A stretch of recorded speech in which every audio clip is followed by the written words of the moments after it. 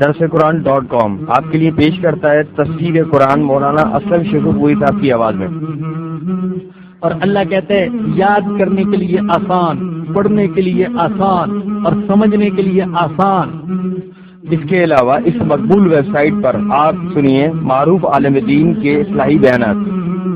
تو اسلام کا نظریہ یہ ہے انا للہ و انا الیہ راجعون۔ ہم و نعت، بچوں کے لیے اصلاحی کہانیاں اور بہت کچھ۔ محمد کا روضہ قریب آ رہا ہے، بلندی پہ اپنا نصیب آ رہا ہے۔ www.darsuquran.com۔ الحمد للہ وحدہ والصلاة والسلام على من لا نبی بعدہ، اما بعد فاعوذ باللہ من الشیطان الرجیم، بسم اللہ الرحمن الرحیم، واعتصموا بحبل اللہ جميعا ولا تفرقوا، واذكروا نعمة الله عليكم إذ كنتم أعداء فألف بين قلوبكم فأصبحتم بنعمته إخوانا وكنتم على شفا حفرة من النار فأنقذكم منها كذلك يبين الله لكم آياته لعلكم تهتدون۔ صدق اللہ العظیم۔ آج کے درس کا آغاز ہم سورہ آل عمران کی آیت نمبر 103 سے کر رہے ہیں، اور میں کبھی کبھی کہا کرتا ہوں کہ یوں تو پورا قرآن کریم ہی مظلوم ہے اور ظلم کرنے والے خود ہم مسلمان ہیں، لیکن شاید قرآن کریم کی مظلوم ترین آیت یہ آیت کریمہ ہے، سورہ آل عمران کی آیت نمبر 103، کہ جسے بہت سارے خطباء، مقررین اور قائدین پڑھتے تو بہت ہیں، لیکن اس کی روح پر عمل کرنے کے لیے کوئی بھی تیار نہیں ہوتا۔ اس آیت کریمہ میں اللہ پاک نے 3 حکم دیے ہیں۔ پہلا حکم یہ دیا وَاعْتَصِمُوا بِحَبْلِ اللَّهِ جَمِيعًا، سارے مل کر اللہ کی رسی کو مضبوطی سے پکڑ لو۔ حبل اللہ، اللہ کی رسی۔ ویسے حبل ہر اس چیز کو کہا جاتا ہے جو وسیلے کا کام دے۔ اب حبل اللہ کیا ہے، اللہ کی رسی کیا ہے؟ کسی نے کہا توبہ اللہ کی رسی ہے، اور اس میں شک کیا ہے کہ توبہ ایک ایسا وسیلہ ہے جس کے ذریعے سے ہم اللہ تک پہنچ سکتے ہیں۔ کسی نے کہا حبل اللہ اللہ کا دین ہے، کسی نے کہا حبل اللہ اطاعت کا نام ہے، کسی نے کہا حبل اللہ جماعت کا نام ہے، مسلمانوں کی جماعت کو مضبوطی سے پکڑے رکھو، مسلمانوں کی جماعت یہ بھی اللہ کی رسی ہے۔ لیکن اکثر مفسرین کہتے ہیں کہ حبل اللہ سے مراد قرآن ہے۔ مرفوع حدیث سے ثابت ہے کہ نبی کریم صلی اللہ علیہ وسلم نے فرمایا حبل اللہ هو القرآن، اللہ کی رسی قرآن ہے۔ اور ترمذی شریف میں حضرت علی کرم اللہ وجہہ سے مشہور روایت ہے کہ رسول اکرم صلی اللہ علیہ وسلم نے فرمایا القرآن حبل اللہ المتین ونورہ المبین لا تنقضی عجائبہ ولا تفنی غرائبہ ولا يخلق عن كثرة الرد من قال به صدق ومن حكم به عمل ومن حكم به عدل ومن عمل به رشد ومن اعتصم به هدي الى صراط مستقیم۔ قرآن کریم اللہ کی مضبوط رسی ہے، اس کا واضح نور ہے، اس کے عجائب و غرائب کبھی ختم نہیں ہو سکتے۔ یہ کثرت رد کی وجہ سے، کثرت قرات کی وجہ سے، زیادہ پڑھنے کی وجہ سے کبھی پرانا نہیں ہو سکتا۔ اسے جتنی بار پڑھا جائے اور ہی لطف آتا ہے۔ لطف اسے نہیں آتا جو اسے پڑھتا ہی نہیں، لطف اسے آتا ہے جو اسے بار بار پڑھتا ہے۔ طبیعت سیر ہی نہیں ہوتی۔ دنیا میں سب سے زیادہ پڑھے جانے والی کتاب وہ قرآن کریم دنیا کی واحد کتاب ہے کہ جس کا نام ایسا رکھا گیا جس میں پڑھنے کا مفہوم ہے۔ قرآن وہ کتاب جسے پڑھا جاتا ہے، اور یہ ایسا نام ہے کہ دنیا کی کسی اور کتاب کو نہیں دیا جا سکتا۔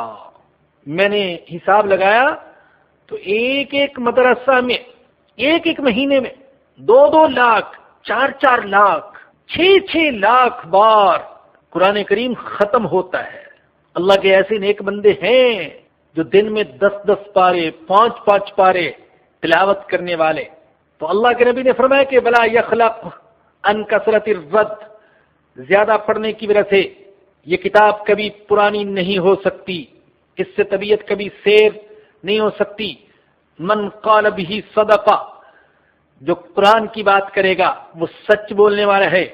ومن حکم به عدلا، جو قرآن کے ساتھ فیصلہ کرتا ہے وہ عدل اور انصاف کا فیصلہ کرتا ہے۔ ومن عمل به رشدا، جو قرآن پر عمل کرتا ہے وہ ہدایت پا جاتا ہے۔ ومن اعتصم به ہدی الی صراط مستقیم، اور جو قرآن کو مضبوطی سے تھام لیتا ہے اس کو سیدھے راستے کی ہدایت دے دی جاتی ہے۔ تو پہلا حکم تو اس آیت کریمہ میں یہ دیا گیا کہ اللہ کی رسی کو مضبوطی سے تھام لو، قرآن کو مضبوطی سے تھام لو۔ حضرت قتادہ فرماتے ہیں اس آیت کریمہ میں 2 واضح دلیلیں اور حجتیں اللہ نے بیان فرمائی ہیں۔ پہلی حجت اور پہلی دلیل ہے کتاب اللہ، اور دوسری حجت اور دلیل ہے نبی اللہ۔ یہ دونوں ہدایت کے علم ہیں، ہدایت کے پہاڑ ہیں، ہدایت کے روشن چراغ ہیں۔ جہاں تک اللہ کے نبی کا تعلق ہے وہ تو دنیا سے جا چکے، لیکن جہاں تک اللہ کی کتاب کا تعلق ہے فقد ابقاہ اللہ بین اظہرہم رحمتا منہ ونعمتا، تو اللہ نے اپنی کتاب کو اپنے بندوں میں باقی رکھا ہے، اپنی رحمت کرتے ہوئے، اپنا فضل کرتے ہوئے۔ فیہ حلالہ وحرامہ، اس میں حلال کا بھی ذکر ہے، حرام کا بھی ذکر ہے۔ وطاعتہ ومعصیتہ، اللہ کی فرما برداری والی باتوں کا بھی ذکر ہے اور اللہ کی نافرمانی والی باتوں کا بھی ذکر ہے۔ تو میرے بھائیوں اور میری بہنوں، یہ پہلا حکم ہے وَاعْتَصِمُوا بِحَبْلِ اللَّهِ، اور دوسرا حکم ہے وَلَا تَفَرَّقُوا، نہ اتفاقی نہ کرو، فرقہ فرقہ مت بن جاؤ۔ تفرقے سے منع کیا، نہ اتفاقی سے منع کیا، اس لیے کہ تفرقہ اور خواہشات پر مبنی اختلاف یہ مسلمانوں کی طاقت کو پارا پارا کرنے میں سب سے زیادہ مؤثر چیز ہے۔ سب سے زیادہ مسلمانوں کی طاقت کو جو نقصان پہنچتا ہے تو وہ 2 سبب سے، ایک ایمان کی کمزوری سے اور دوسرے فرقہ واریت سے۔ جب اللہ کی رسی کو مضبوطی سے پکڑا جائے گا، قرآن کو تھاما جائے گا تو ایمان مضبوط ہوگا اور اجتماعیت بھی آئے گی، اتفاق آئے گا۔ جب سب مسلمان قرآن کو اپنا امام بنا لیں گے، اپنا حکم بنا لیں گے، اپنا فیصل تسلیم کر لیں گے، اپنا مقتدا اور پیشوا تسلیم کر لیں گے تو اختلافات ختم ہوں گے، ان میں اتحاد اور اتفاق پیدا ہوگا۔ تو اس لیے فرمایا کہ بلا تفرقو، فرقے نہ بن جاؤ، نہ اتفاقی نہ کرو۔ یہ بات جان لیں کہ علمی بنیادوں پر اختلاف کرنا اور چیز ہے، اور فرقہ واریت اور خواہشات کی بنا پر، ضد اور تعصب کی بنا پر اختلاف کرنا اور چیز ہے۔ علمی بنا پر، دلیل کی بنا پر جو اختلاف کیا جاتا ہے، یہ اختلاف نہ صرف جائز ہے بلکہ باعث رحمت ہے۔ یہ اختلاف انبیاء میں ہوا، حضرت داؤد اور حضرت سلیمان علیہم السلام صرف نبی ہی نہیں بلکہ باپ اور بیٹا بھی ہیں، لیکن ان کے درمیان اختلاف ہوا۔ اللہ نے فرمایا کہ فَفَهَّمْنَاهَا سلیمان وَكُلًّا آتَيْنَا حُکْمًا وَعِلْمًا۔ یہ اختلاف صحابہ نے نبی کریم صلی اللہ علیہ وسلم سے بھی کیا۔ غزوہ بدر کے قیدیوں کے بارے میں اختلاف ہوا، حضور کی رائے کچھ اور تھی، حضرت عمر فاروق کی رائے کچھ اور تھی۔ غزوہ احد کے لیے نکلنے کے بارے میں اختلاف ہوا، حضور کی رائے کچھ اور تھی، نوجوان صحابہ کی رائے کچھ اور تھی۔ حضرت بریرہ رضی اللہ تعالیٰ عنہ نے نبی کریم صلی اللہ علیہ وسلم سے اختلاف کیا۔ صحابہ اکرام کے درمیان بہت سے معاملات میں اختلاف ہوا۔ تو نفسی اختلاف یہ کوئی قابل مذمت چیز نہیں ہے۔ ہم یہ نہیں کہتے کہ اختلاف ہونا ہی نہیں چاہیے۔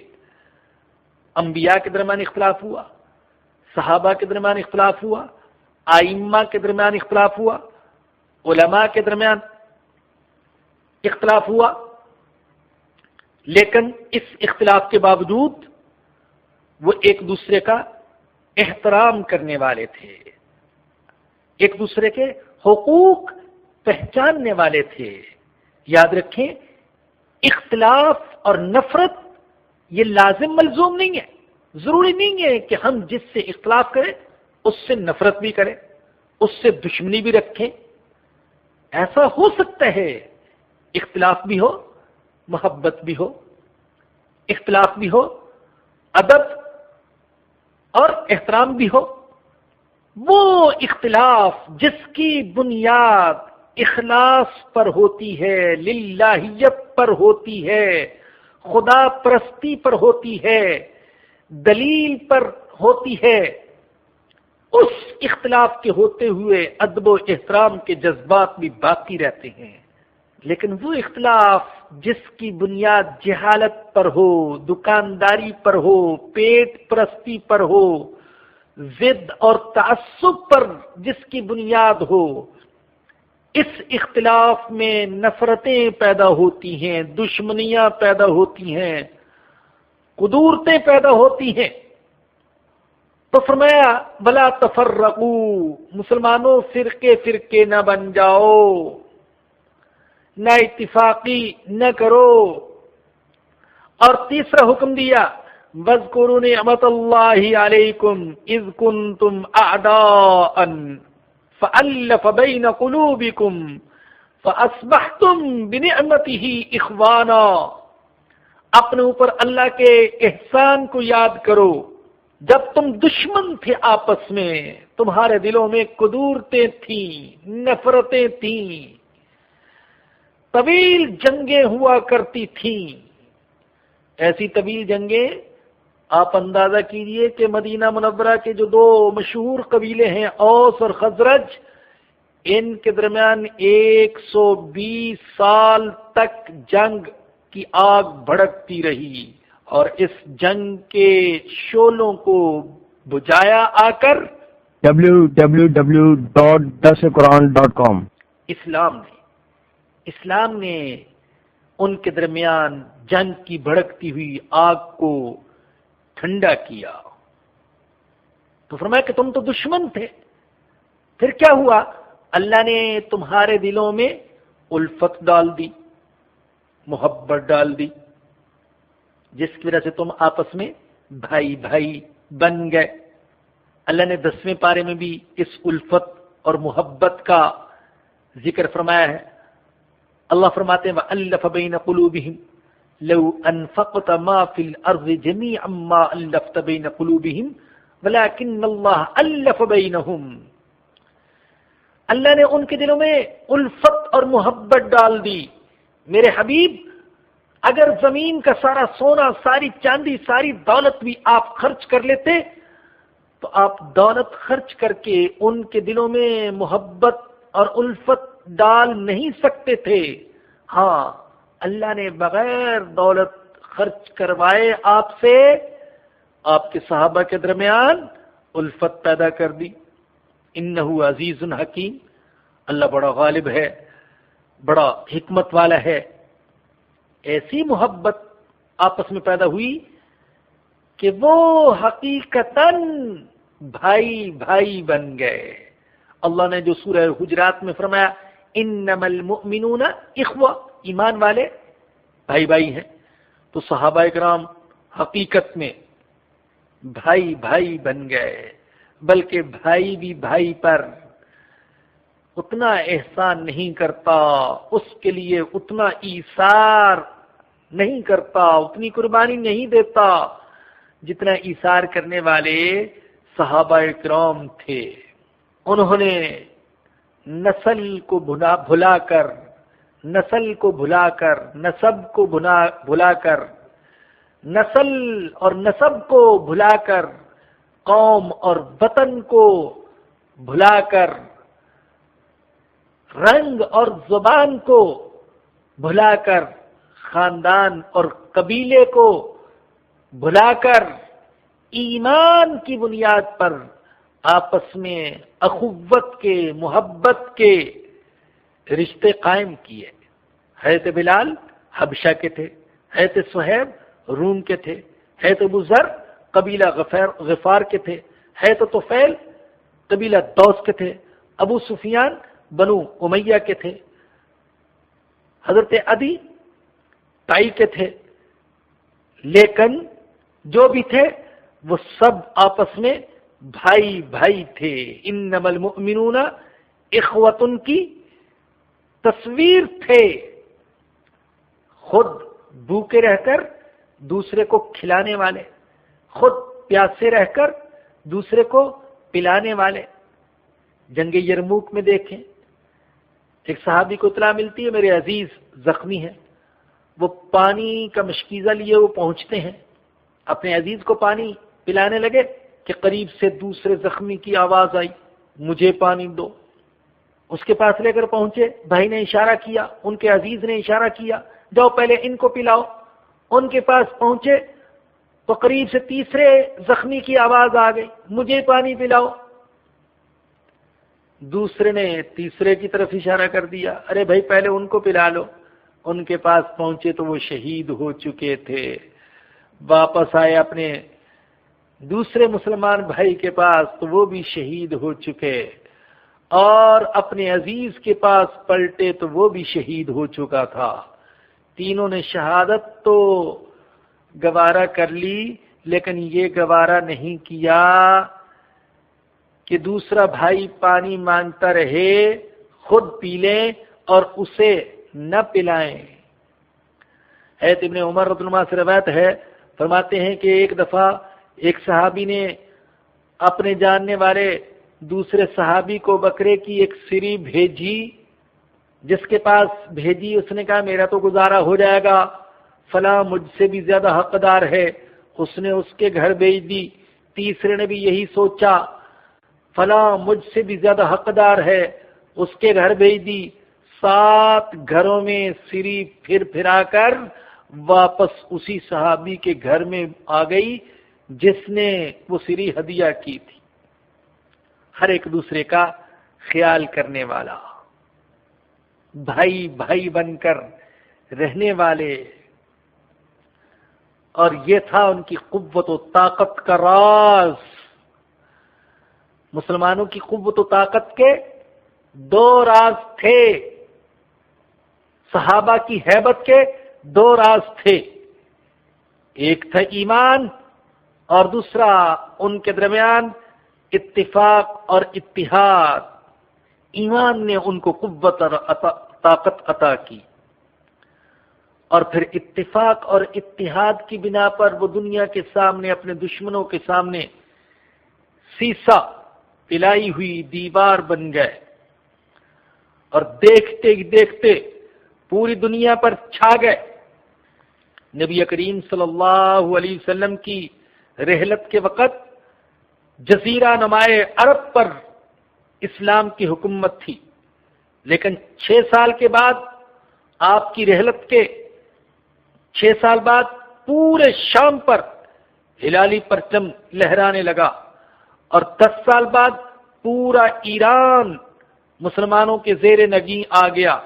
اس کے فوراً بعد افغانستان میں انہوں نے فتوحات کے جھنڈے گاڑ دیے، اور 41 سال بعد سمرقند و بخارا میں مسلمانوں کی آواز پہنچ گئی، مسلمان چھا گئے، اور 79 سال بعد محمد بن قاسم نے کراچی سے ملتان تک علاقے فتح کر لیے، اور اسی زمانے میں طارق بن زیاد نے اسپین میں داخل ہو کر آدھے فرانس پر بھی قبضہ کر لیا۔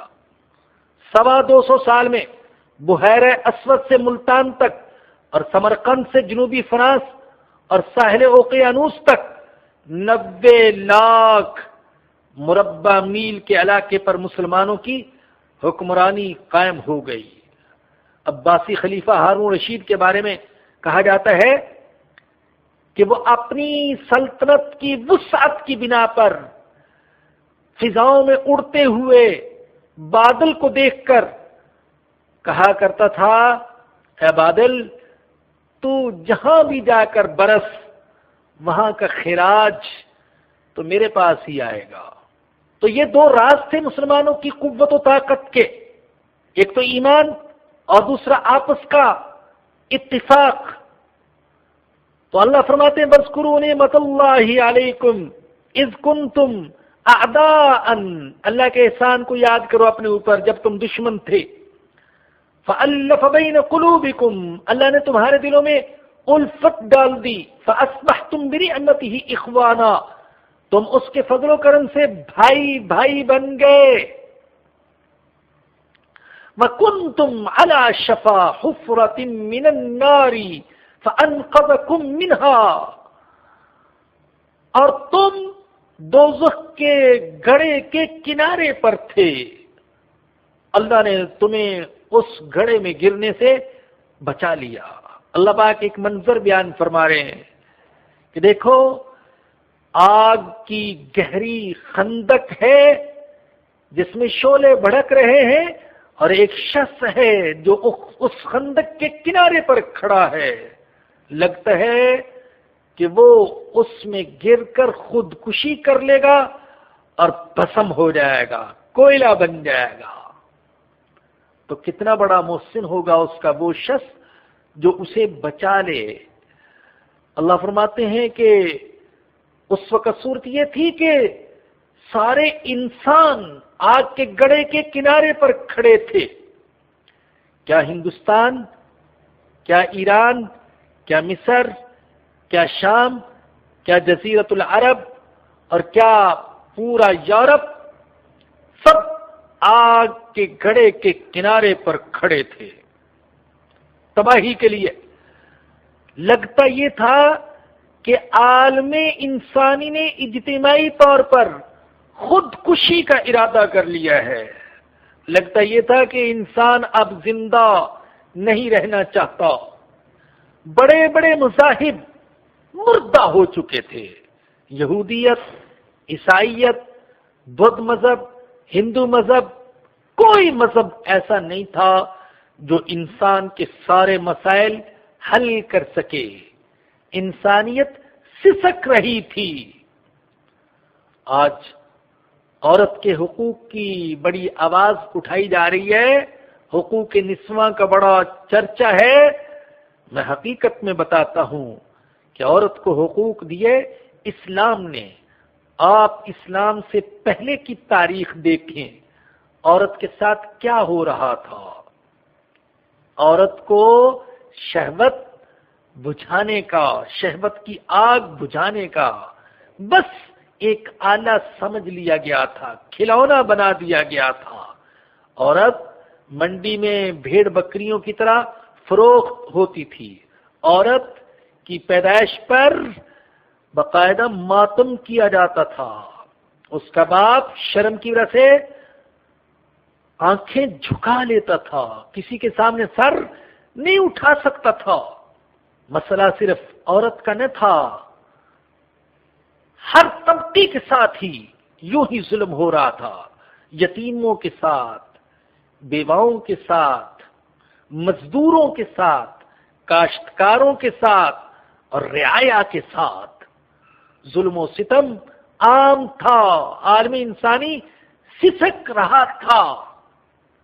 اور اللہ نے اس منظر کو یوں بیان کیا، وَكُنْتُمْ عَلَى شَفَا حُفْرَةٍ مِّنَ النَّارِ، اور تم آگ کے گھڑے کے کنارے پر کھڑے تھے۔ لگتا تھا کہ تم سب تباہ ہونا چاہتے ہو، تم نے خودکشی کا عزم مصمم کر لیا، لیکن اللہ نے تمہیں بچا لیا۔ فَأَنْقَذَكُم مِّنْهَا، اپنا نبی بھیج کر بچا لیا، کتاب مقدس بھیج کر تمہیں تباہی سے، ہلاکت سے بچا لیا۔ میں سچ کہتا ہوں کہ جیسے قرآن کے نازل ہونے سے پہلے اور سرکار دو عالم حضرت محمد الرسول اللہ صلی اللہ علیہ وسلم کی بعثت سے پہلے انسان کے حال کو دیکھ کر یوں لگتا تھا کہ اس نے خودکشی کا ارادہ کر لیا، اسی طریقے سے آج بھی انسان کے اعمال کو، انسان کے کردار کو دیکھ کر یوں خیال ہوتا ہے کہ انسان نے خودکشی کا ارادہ کر لیا۔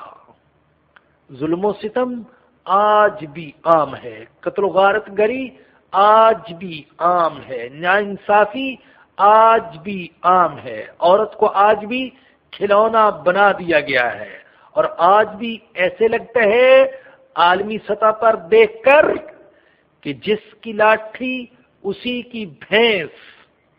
اور پھر ستم یہ کہ آج انسان کے پاس ایسا مہلک اور خطرناک اسلحہ آ گیا کہ صرف امریکہ اور روس کے اسلحہ خانے میں جو ایٹم بم اور زہریلا اسلحہ پایا جاتا ہے، اس کے ذریعے سے کئی بار اس دنیا کو تباہ کیا جا سکتا ہے۔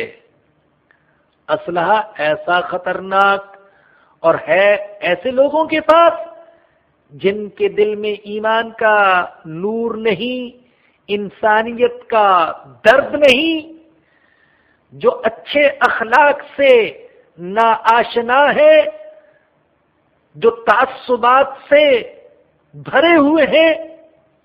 تو آج بھی لگتا ہے کہ انسان تباہی کے دہانے پر کھڑا ہے، آگ کی خندق کے کنارے پر کھڑا ہے۔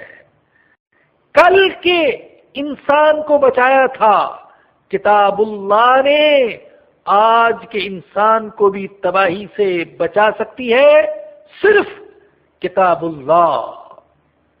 تو فرمایا کہ وَكُنْتُمْ عَلَى شَفَا حُفْرَةٍ مِّنَ النَّارِ فَأَنْقَذَكُم مِّنْهَا، اور تم آگ کے گھڑے کے کنارے پر تھے تو اللہ نے تمہیں اس سے بچا لیا۔ كَذَلِكَ يُبَيِّنُ اللَّهُ لَكُمْ آيَاتِهِ، اسی طریقے سے اللہ تمہارے لیے اپنی آیات کو بیان کرتے ہیں، لَعَلَّكُمْ تَهْتَدُونَ، تاکہ تم ہدایت پا جاؤ۔ ہدایت ملے گی اللہ کی رسی کو مضبوطی سے پکڑنے سے، ہدایت ملے گی فرقہ واریت سے بچنے سے، اور ہدایت ملے گی اللہ کی نعمتوں کو اور احسانات کو یاد کرنے سے۔ میرے بھائیوں، میری بہنوں، پاکستان میں جو حالات پیدا ہو رہے ہیں بلکہ عالمی سطح پر، اس سے لگتا یوں ہے کہ ہمارے دشمن ہمیں آپس میں لڑا لڑا کر ختم کر دینا چاہتے ہیں۔ بڑے خطرناک منصوبے ہیں ان کے، بڑے گندے عزائم ہیں ان کے۔ اگر ہم نے حکمت سے، بصیرت سے، سمجھ سے کام نہ لیا، تحمل اور برداشت سے کام نہ لیا، عفو درگزر سے کام نہ لیا، حبل اللہ کو مضبوطی سے نہ تھاما، تو ڈر لگتا ہے کہیں ایسا نہ ہو کہ یہاں پر بھی اسپین کی اندلس کی داستان دہرائی جائے، یوگوسلاویا کی داستان دہرائی جائے۔ دشمن ہمیں لڑانا چاہتا ہے، ڈر لگتا ہے عراق میں بھڑکنے والی فرقہ وارانہ آگ پورے عالم عرب میں اور پھر پورے عالم اسلام میں جل نہ اٹھے اور ہم اس آگ کی خوراک بن کر نہ رہ جائیں۔ تو بہرحال اس آیت کریمہ میں فرمایا گیا کہ اللہ کی رسی کو مضبوطی سے پکڑو اور فرقہ فرقہ نہ ہو جاؤ، اور اللہ کے احسانات کو یاد کرو کہ تم دشمن تھے، اللہ نے دلوں میں محبت ڈال دی اور تم بھائی بھائی بن گئے۔ اس کے بعد فرمایا وَلْتَكُن مِّنكُمْ أُمَّةٌ يَدْعُونَ إِلَى الْخَيْرِ وَيَأْمُرُونَ بِالْمَعْرُوفِ وَيَنْهَوْنَ عَنِ الْمُنكَرِ، اور تمہارے اندر ایسی جماعت ہونی چاہیے جو خیر کی دعوت دے۔ اب اس آیت کا ماقبل کے ساتھ کیا تعلق ہے غور کیا جائے تو اگلی آیات پہلی آیات کی تشریح اور تفسیر ہے۔ پہلی دو آیتوں میں اللہ پاک نے دو چیزوں کا حکم دیا، تقوی کا حکم اور اللہ کی رسی کو مضبوطی کے ساتھ پکڑنے کا حکم۔ یا ایھا الذین آمنوا اتقوا اللہ حق تقاتہ ولا تموتن الا وانتم مسلمون۔ یہ آیت کریمہ ہم پچھلے درس میں پڑھ چکے، اور آج جو فرمایا واعتصموا بحبل اللہ جمیعا، اللہ کی رسی کو مضبوطی سے پکڑ لو۔ تقوی سے اور اللہ کی رسی کو مضبوطی سے پکڑنے سے اپنی اصلاح ہوگی، اپنا تزکیہ ہوگا، اپنی تربیت ہوگی۔ اور مسلمان کے لیے صرف اپنی تربیت تو کافی نہیں، اپنی اصلاح کی فکر کافی نہیں ہے۔ مسلمان کو تو دنیا میں بھیجا گیا، دنیا میں اٹھایا گیا تاکہ یہ سارے عالم کی فکر کرے، سارے انسانوں کی فکر کرے۔ لہذا فرمایا گیا کہ جب تم نے اپنے اندر تقوی پیدا کر لیا اور اللہ کی رسی کو مضبوطی سے پکڑ لیا تو اب دعوت کا کام شروع کرو۔ وَلْتَكُن مِّنكُمْ أُمَّةٌ يَدْعُونَ إِلَى الْخَيْرِ، تم میں سے ایک جماعت ایسی ہونی چاہیے جو خیر کی طرف دعوت دے۔ دیکھیے حضرت مولانا شبیر احمد عثمانی رحمۃ اللہ علیہ نے عجیب بات فرمائی ہے، فرماتے ہیں اللہ کی رسی حبل اللہ، اللہ کی رسی چھوٹ تو سکتی ہے ٹوٹ نہیں سکتی۔ جو اللہ کی رسی ہے یہ کسی کے ہاتھ سے چھوٹ تو سکتی ہے لیکن کوئی پکڑ لے مضبوطی سے اور ٹوٹ جائے ایسا نہیں ہو سکتا، ٹوٹ نہیں سکتی۔ اور جو دعوت کے کام کو اختیار کر لے امید ہے کہ اس کے ہاتھ سے چھوٹے گی بھی نہیں۔ ٹوٹنا تو ویسے ہی محال تھا اللہ کی رسی کا، اور چھوٹنے کا امکان تھا۔ اب جب اس نے دعوت کا کام اختیار کر لیا تو امید یہ ہے کہ اب یہ رسی اس کے ہاتھ سے چھوٹے گی بھی نہیں۔ تو اس لیے فرمایا کہ تم میں ایسے لوگ ہونے چاہیے جو خیر کی دعوت دے، یدعون الی الخیر، خیر کی دعوت دے۔ دیکھیے خیر کی دعوت کے دو مرتبے ہیں میرے بزرگوں اور دوستوں، میری بہنوں اور بیٹیوں، دو مرتبے۔ پہلا مرتبہ دعوت الی الخیر کہے دعوت الی الاسلام، اس لیے کہ بنیادی خیر تو اسلام ہے۔ الخیر الاسلام،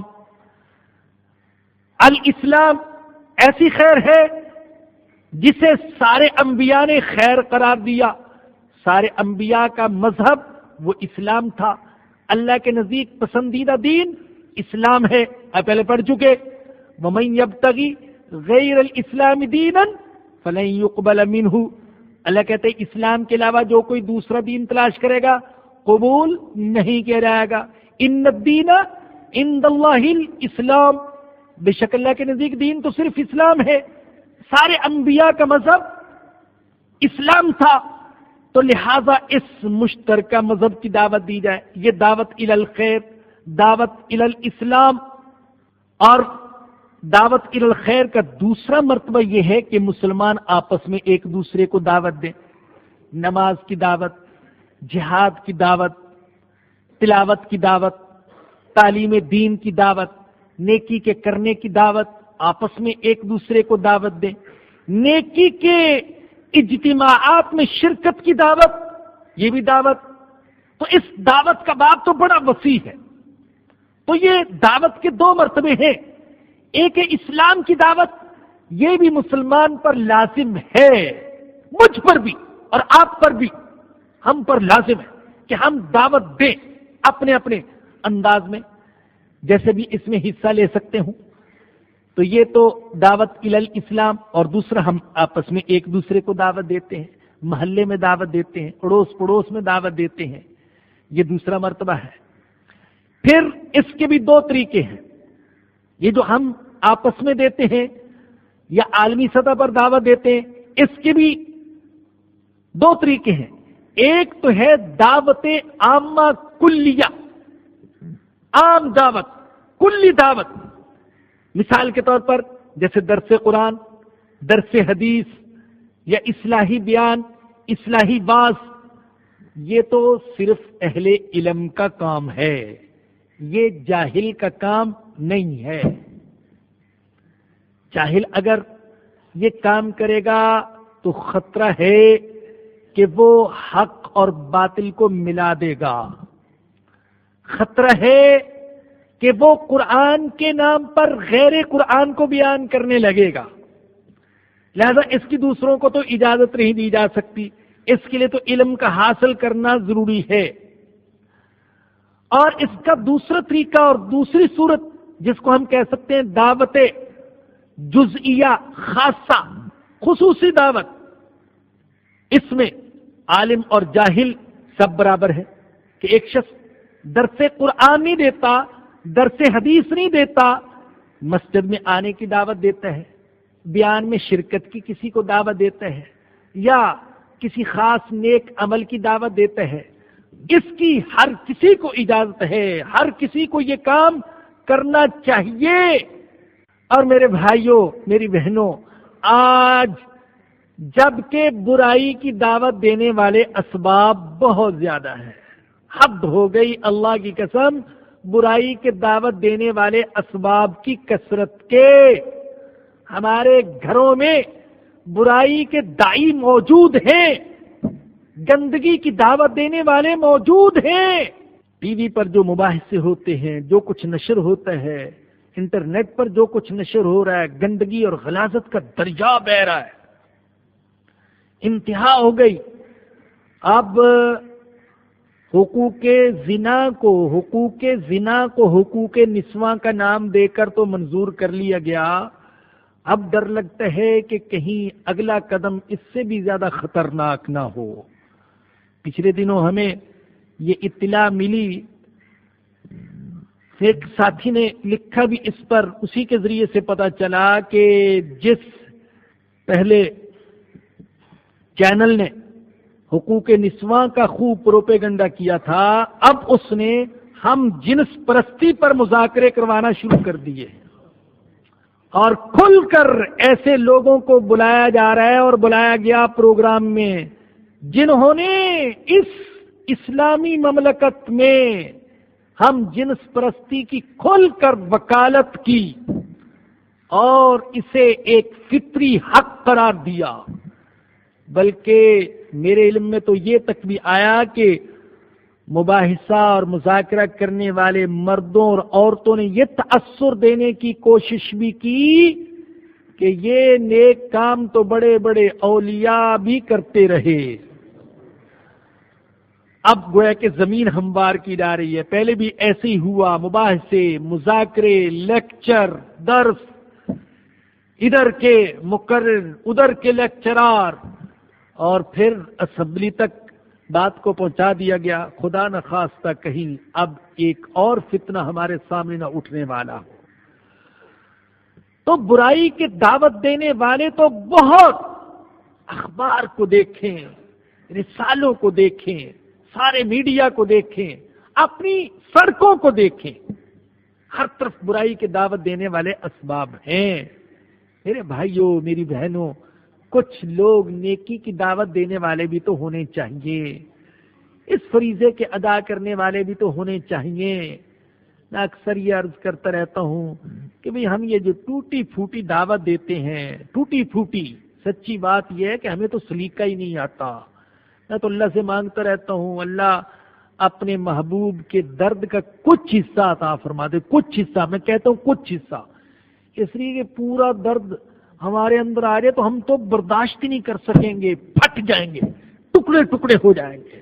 یہ تو نبی کا حوصلہ تھا جس نے امت کے درد کو برداشت کیا ہوا تھا، درد اتنا کہ اللہ کہتا ہے لعلک باخع نفسک الا یکونوا مؤمنین، لگتا ہے میرے نبی آپ تو جان ہی قربان کر دیں گے، اتنا تڑپتے ہیں، اتنا درد مند ہیں انسانوں کے لیے، امت کے لیے، عالم کی اصلاح کے لیے، فلاح کے لیے، اللہ کہہ رہا ہے۔ تو میں تو عرض کرتا ہوں اللہ کچھ حصہ نبی کے درد کا، نبی کی دعوت کا، نبی کے جذبات کا ہمیں بھی عطا فرما دے۔ تو ہمیں تو اس لیے کا آتا نہیں، ہم تو یہ جو لگے ہوئے ہیں تو اس لیے کہ قیامت کے دن جب قرآن کی، دین کی، ایمان کی دعوت دینے والوں کا رجسٹر کھلے گا تو شاید اس رجسٹر کے کسی آخری کونے میں داعیوں، شہیدوں، مجاہدوں، ولیوں، علماء کے قدموں میں، ان کی جوتیوں میں ہمارا بھی نام لکھا ہوا آ جائے۔ بس یہ ہے روایتی بڑھیا کی طرح جو خریداران یوسف میں اپنا نام لکھوانا چاہتی تھی۔ تو بھئی ہم تو اپنا نام لکھوانا چاہتے ہیں، تو اس کی کوشش بھی ضروری ہے کہ دعوت کے عمل کو زندہ کیا جائے، جتنی ہم دعوت دے سکتے ہیں کوشش کیجیے۔ اللہ اکبر۔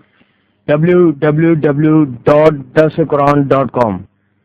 تو میرے بھائیوں، میری بہنوں، یہ بھی الحمدللہ اللہ پاک نے محض اپنے فضل و کرم سے یہ ایک چھوٹا سا سلسلہ جو شروع کروایا، یہ بھی ایک دعوت کی صورت ہے۔ اور حقیقت یہ ہے کہ جب کی ابتدا کی تھی تو شاید اتنی اہمیت دل میں نہ تھی جتنی اس وقت ہے۔ اب تو زندگی کی بہت بڑی تمنا بن گئی کہ اللہ پاک اس کی تکمیل کی توفیق عطا فرما دے۔ تو آپ بھی اس میں ضرور حصہ لیا کریں، ضرور، جو اللہ توفیق دے، جس انداز سے بھی اس میں حصہ ضرور لیں۔ یہ تو آپ جانتے ہیں کہ یہاں جب ہم کہتے ہیں کہ آپ حصہ لیں تو اس کا مقصد چندہ ہرگز نہیں ہوتا، اور نہ ہی انشاءاللہ اس کا مطالبہ ہوگا۔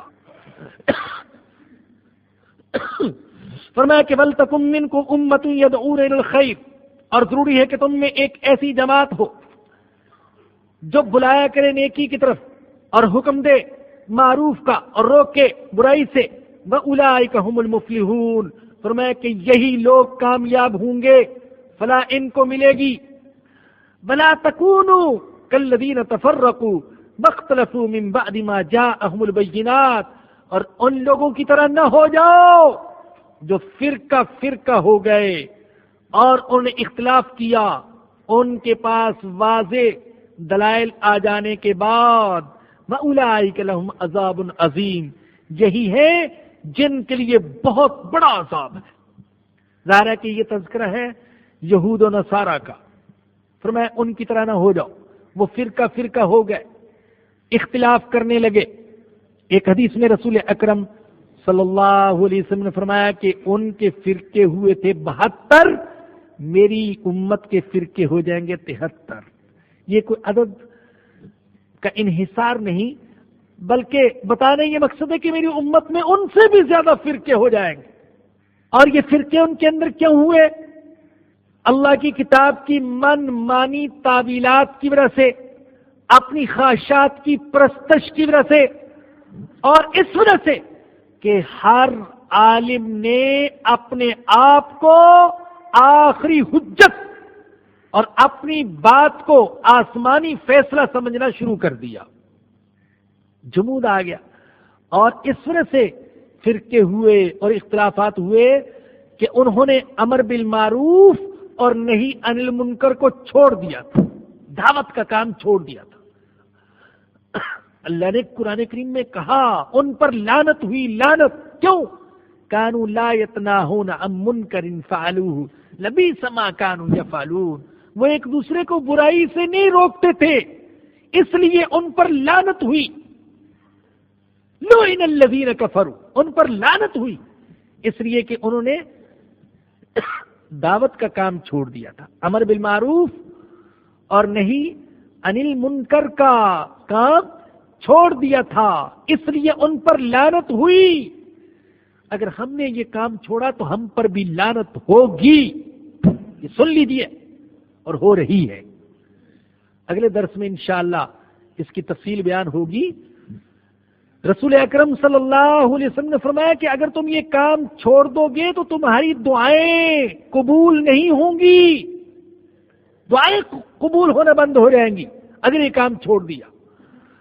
اور صرف برائی والوں پر ہی عذاب نہیں آئے گا، نیکی کرنے والوں پر بھی عذاب آئے گا اگر انہوں نے دعوت کے کام کو چھوڑ دیا، امر بالمعروف کو چھوڑ دیا، نہی عن المنکر کو چھوڑ دیا۔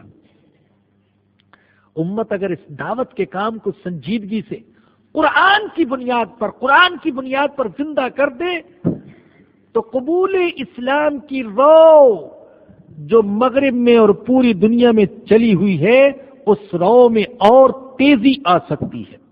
تو فرمایا کہ وَلَا تَكُونُوا كَالَّذِينَ تَفَرَّقُوا، ان لوگوں کی طرح تم نہ ہو جانا جو فرقہ ہو گئے اور ان کے پاس واضح دلائل آ جانے کے بعد وہ اختلاف کرنے لگے۔ یہی وہ لوگ ہیں جن کے لیے بڑا عذاب ہے۔ یوم تبیض وجوہ وتسود وجوہ، اس دن کو یاد کرو جس دن کچھ چہرے روشن ہوں گے اور کچھ چہرے سیاہ ہوں گے۔ جو اللہ کی رسی کو مضبوطی سے پکڑیں گے ان کے چہرے تو روشن ہوں گے، اور جو اللہ کی رسی سے اعراض کریں گے ان کے چہرے سیاہ ہوں گے۔ یہاں یہ مطلب نہیں ہے کہ کچھ چہرے گورے ہوں گے اور کچھ چہرے کالے ہوں گے، اور نہ ہی اللہ کے نزدیک گورا یا کالا ہونا عزت یا ذلت کا معیار ہے، ایسا نہیں، بلکہ کچھ چہرے خوشی کی وجہ سے روشن ہوں گے، چمک رہے ہوں گے، اور کچھ چہرے غم اور حزن و ملال کی وجہ سے سیاہ پڑ رہے ہوں گے۔ جیسا کہ اللہ پاک نے سورہ قیامہ میں فرمایا وجوہ یومئذ ناظرہ الی ربہا ناظرہ، کچھ چہرے تو تر و تازہ ہوں گے، اپنے رب کی طرف دیکھ رہے ہوں گے اور رب ان کی طرف دیکھ رہا ہوگا۔ ووجوہ یومئذ باسرہ، اور کچھ چہرے وہ سیدھا ہوں گے، سڑے ہوئے، تظن ان یفعل بہا فاقرہ، ان کو یقین ہوگا کہ آج ہمارے ساتھ بڑا سخت معاملہ کیا جائے گا۔ تو چہروں کا روشن ہونا اور غمگین ہونا مراد ہے۔ فَأَمَّا الَّذِينَ اسْوَدَّتْ وُجُوهُهُمْ، جن کے چہرے سیاہ ہوں گے ان سے کہا جائے گا اکفرتم بعد ایمانکم، کیا تم نے ایمان کے بعد پھر کفر کیا تھا؟ ایمان کے بعد پھر کفر؟ ارے ایمان لا کر پھر کافروں والے کام، ایمان قبول کیا اور پھر کفر پر چلتے رہے۔ اس میں وہ لوگ بھی آتے ہیں جنہوں نے ایمان قبول کرنے کے بعد منافقت شروع کر دی، وہ لوگ بھی آتے ہیں جنہوں نے پہلے نبیوں پر تو ایمان لایا لیکن آخری نبی کا انکار کیا، اور وہ مسلمان بھی آتے ہیں جنہوں نے ایمان تو قبول کیا لیکن زندگی کافروں کے طریقوں میں گزار دی۔ اکفرتم بعد ایمانکم فذوقوا العذاب بما کنتم تکفرون، عذاب کو چکھو بسبب اس کے کہ تم کفر کرتے تھے۔ وَأَمَّا الَّذِينَ ابْيَضَّتْ وُجُوهُهُمْ فَفِي رَحْمَةِ اللَّهِ، لیکن جو چہرے جن کے چہرے روشن ہوں گے تو وہ لوگ اللہ کی رحمت میں ہوں گے۔ ہم فیہا خالدون، وہ اللہ کی رحمت میں ہمیشہ رہیں گے۔ تلک آیات اللہ نتلوہا علیک بالحق، یہ اللہ کی آیات ہیں جو ہم آپ کے سامنے حق کے ساتھ تلاوت کرتے ہیں، پڑھتے ہیں۔ وَمَا اللَّهُ يُرِيدُ ظُلْمًا لِلْعَالَمِينَ، اور اللہ جہانوں پر ظلم کا ارادہ بھی نہیں کرتا۔ اللہ جہانوں پر ظلم کا ارادہ نہیں کرتا، ظلم تو کیا کرے گا، وہ ظلم کا ارادہ بھی نہیں کرتا۔ اللہ ظلم کا ارادہ نہیں کر سکتا، اللہ ظلم کرنے والا نہیں ہے، اللہ تو عدل کرنے والا، اللہ انصاف کرنے والا، اور اسی لیے اللہ پاک نے یہ چیزیں سمجھائیں کہ یہ طریقے اختیار نہ کرنا یہود و نصارہ والے، ورنہ تم تباہ ہو جاؤ گے۔ وَلِلَّهِ مَا فِي السَّمَاوَاتِ وَمَا فِي الْأَرْضِ، اور اللہ ہی کے لیے جو کچھ آسمانوں میں ہے اور جو زمین میں ہے۔ وَإِلَى اللَّهِ تُرْجَعُ الْأُمُورُ، اور اللہ ہی کی طرف سارے معاملات لوٹائے جاتے ہیں۔ اللہ ہمیں قیامت کے دن ان لوگوں میں سے بنائے جن کے چہرے روشن ہوں گے، اور اللہ ہمیں دعوت دینے والا بنائے۔ بھائی ایک تو درخواست آپ حضرات سے یہ کرنی ہے، کل 9 محرم ہے اور پھر پرسوں 10 محرم۔ 10 محرم کے روزے کی نبی کریم صلی اللہ علیہ وسلم نے بڑی فضیلت بیان فرمایا کہ اس روزے کی برکت سے اللہ پاک 1 سال کے گناہ معاف فرما دیتے ہیں۔ اور پھر جب حضور کو بتایا گیا کہ یہ تو یہودی بھی رکھتے ہیں، آپ نے فرمایا کہ میں اگر زندہ رہا تو اگلے سال 1 روزہ ساتھ اور رکھوں گا، ان کے ساتھ مشابت بھی نہ ہو اور 2 روزے ہو جائیں۔ تو بھئی 9 اور 10 یا 10 اور 11 کے روزے کا اہتمام فرمائیں، کریں گے نا بھی انشاءاللہ۔ اور دوسری بات جو ویسے میں یہ عرض کرتا ہوں کہ بہت سے جو عاشقان اہل بیت، میرے جیسے عاشقان اہل بیت، تو میں کہتا ہوں بھائی عاشقان اہل بیت سبیلوں کا، حلیموں کھچڑوں کا انتظام کرتے ہیں کھانے پینے کے لیے عشق کی بنا پر، کہتے ہیں عشق کی بنا پر۔ بھائی عشق کا تقاضا تو یہ ہے کہ خاندان اہل بیت ان تاریخوں میں بھوکا اور پیاسا تھا تو ہم بھی بھوکے پیاسے رہیں، نہ یہ کہ خاندان اہل بیت تو بھوکا پیاسا تھا اور ہم نے کھا کھا کر پی کر بدہضمی کر لی۔ تو یہ نہ ہو بھائی، تو مشابت کے لیے بھی ہے، تو آپ جو ہے روزے کا اہتمام ضرور فرمائیں انشاءاللہ۔ اور دوسری گزارش آپ سے یہ ہے کہ خصوصی دعا کیجیے گا سارے ایسے دوستوں کے لیے جو اس درس کی دعوت دینے والے ہیں۔ میں تو الحمدللہ اپنی خصوصی دعاؤں میں یاد رکھتا ہوں کہ اے اللہ جو اس درس کا انتظام کرنے والے، جو اس کی دعوت دینے والے ہیں، جن کو میں جانتا ہوں جن کو نہیں جانتا، اے اللہ تو ان کے ساتھ خیر کا معاملہ فرما۔ تو آپ بھی یہ دعا کریں۔ تو ان احباب نے چند سالوں سے لازم کر رکھا ہے کہ ہر سال شروع ہونے پر نیا وہ کیلنڈر وہ چھاپتے ہیں خوبصورت، یہ اب باہر چھپ کر آ چکا ہے۔ زیادہ سے زیادہ اپنی جیب کے مطابق لینے کی کوشش کیجیے گا۔ ایک تیسری بات یہ کہنی ہے کہ بعض ساتھیوں کو میں دیکھتا ہوں کہ مسجد کی حد کے اندر آ کر کپڑا بچھا کر بیٹھ جاتے چندہ کرنے کے لیے، یہ مناسب نہیں ہے بھائی، مناسب نہیں ہے یہ۔ اور چوتھی، یہ ایک ساتھی نے کہا کہ ایک بیٹی وہ عالمہ بننے کی تعلیم حاصل کر رہی ہے، تو ہم بھی ان کے لیے اور ساری بچیوں کے لیے دعا کرتے ہیں، اللہ سب کو علم دین حاصل کرنے کی اور اس پر عمل کرنے کی توفیق عطا فرمائے۔ ہمارے بھائی کہتے ہیں کہ محمد عبداللہ ولد خالد وہ بیمار ہیں، اللہ ان کو صحت عطا فرمائے۔ الحمدللہ رب العالمین والصلاة والسلام علی سید الانبیاء والمرسلین۔ ربنا ظلمنا انفسنا وان لم تغفر لنا وترحمنا لنكونن من الخاسرین۔ یا ارحم الراحمین رحم فرما، یا رب العالمین کرم فرما۔ اللہ ہم فقیر ہیں، غریب ہیں، اللہ کنگلے ہیں، تنگ دست ہیں، بیمار ہیں، محتاج ہیں، اللہ فقیر ہیں، اللہ تو غنی ہے، تو شفا دینے والا ہے، تو خزانوں کا مالک ہے۔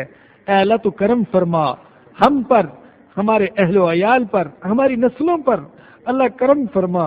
اللہ ہمیں نیک بنا دے، ہمارے اہل و عیال کو نیک بنا دے، اللہ ہمیں قرآن کا خادم بنا دے، ہماری اولادوں کو قرآن کا خادم بنا دے۔ اے اللہ ہمیں دین کا دائی بنا دے، اے اللہ ہماری اولادوں کو دین کے سچے دائی بنا دے۔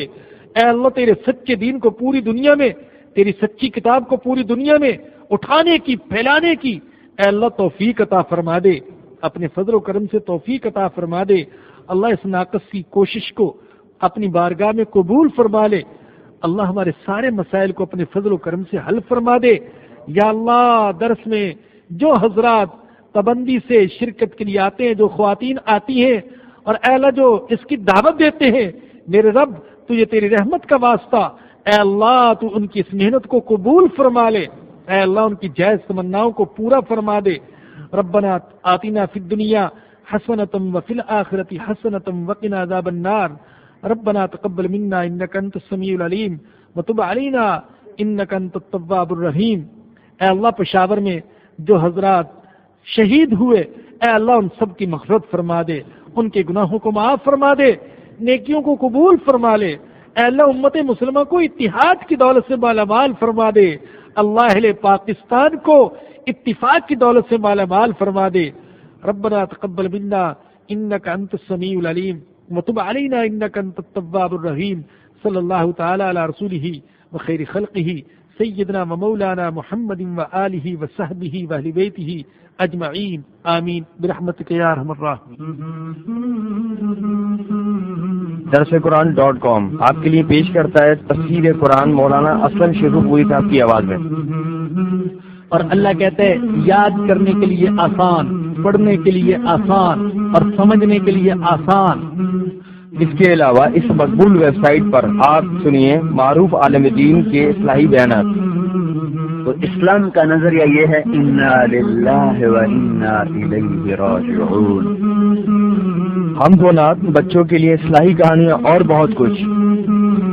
محمد کا روضہ قریب آ رہا ہے، بلندی میں اپنا نصیب آ رہا ہے۔